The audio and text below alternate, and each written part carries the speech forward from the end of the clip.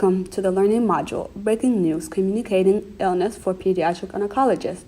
Today we will be discussing the importance of communication accommodation theory and its significance in the field of medicine. Pediatric oncologists often need to break bad news to patients. Because it can be difficult for both physicians and families, the communication accommodation theory can be used to ease this hardship and make the communication of bad news easier and more effective. The communication accommodation theory states that people try to emphasize or minimize social differences with those they interact with in order to control the social differences between them. There are two types of accommodation that help explain this theory: convergence and divergence. Convergence is the process where people adapt to another person's communication characteristics to reduce social differences. Divergence, on the other hand, is a process where people tend to emphasize social and nonverbal differences between interactants. Determining which process to use is dependent on the characteristics of the interaction. For medical professionals, this theory is put to use by the way providers choose to speak medically or colloquially to patients. When medical professionals speak with an emphasis on medical language, they are diverging from a patient who does not have much knowledge of medicine. When a provider speaks using terms that a patient can understand, regardless of medical knowledge, this is convergence. This theory also includes nonverbal communication, such as body language. When a provider uses body language to appear superior to the patient, this is divergence. When the provider tries to get on the same level as the patient and make them more comfortable, that is convergence. By the end of this module, you should be able to understand what the communication accommodation theory is, the difference between convergence and divergence, and how to apply these concepts in the field of pediatric oncology in order to appropriately deliver difficult news to families. You will be shown information and video examples to explain these points. When a provider interacts with a child about their diagnosis, it is important to treat the interaction with the best outcome for the child's well-being. We will now address two specific interactions with a pediatric oncologist that support the communication accommodation theory: a negative interaction and a positive interaction.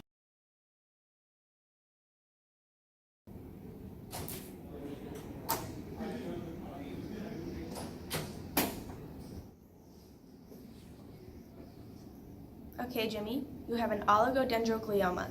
That's a type of tumor that originates from the oligodendrocytes of the brain or the glial precursor cells. This disease may be fatal and you could die, Jimmy. Is there any cure? There's aggressive surgery to remove the tumor, or I'll just talk to your parents about it.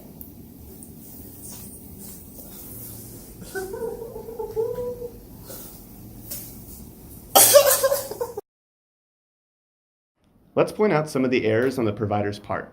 To begin, the provider was physically distant from the patient, which is never acceptable under this theory's circumstances. This removes any sense of empathy or overall concern the provider has for the child's well-being. As a child at the age of 6, he most likely has poor health literacy and may not even understand basic health terminology. The provider explained the diagnosis as if Jimmy were a fellow colleague. We also need to address the way the doctor offered solutions to Jimmy's disease. She treated Jimmy as if he were just another case to be solved, also referred to as the biomedical model. All of these errors show divergence through the communication accommodation theory. When interacting with Jimmy, the doctor made no effort to minimize the differences between the two of them. Instead, she used medical terminology that is simply not suited for a small child to reciprocate.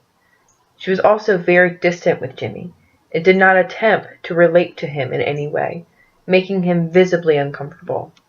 This creates no rewarding outcome and reflects poorly on the provider and the organization which she represents.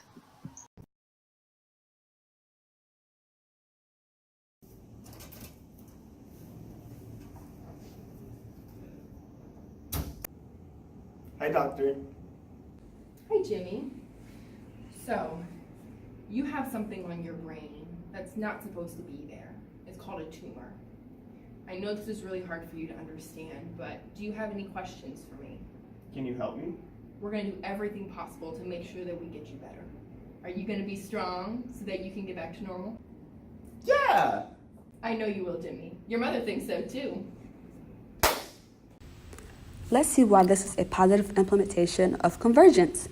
First, the doctor approaches the patient in a more thoughtful manner. She kneeled down to Jimmy's eye levels to make him feel equal to her. This position also helps her relate, diagnose in a more meaningful way where Jimmy feels important despite his younger age. The doctor also simplified the terminology so that Jimmy was able to understand his diagnosis at a very basic level. Notice how she evaded telling him that his diagnosis could be fatal. She also opened the floor for questions to ensure that Jimmy had all the information he wanted. The provider also asks Jimmy if he will be emotionally strong throughout this obstacle in his life. He replies with a hyped, "Yeah," which indicates boosted morale. She also incorporated dialogue about his mother, which will make him feel a stronger sense of security and also ensure him that his mother is made aware of his disease. This interaction practices the element of convergence through this theory. Convergence is creating or emphasizing similarities between the patient and provider. In this case, the doctor made a physical similarity by positioning herself right at eye level with Jimmy. She also altered her vocabulary so Jimmy could be familiar with it. Today, we have learned about the communication accommodation theory and its application in pediatric oncology. The two concepts that we focused on in this module were convergence and divergence. In the scenarios, we demonstrated some of the ways that convergence and divergence occur in a medical setting. We also exhibited how medical professionals can use these concepts appropriately. It is crucial to note that both divergence and convergence need to be considered when communicating with patients. We hope you will now be able to go out and incorporate these techniques into your own practice. Thanks for watching!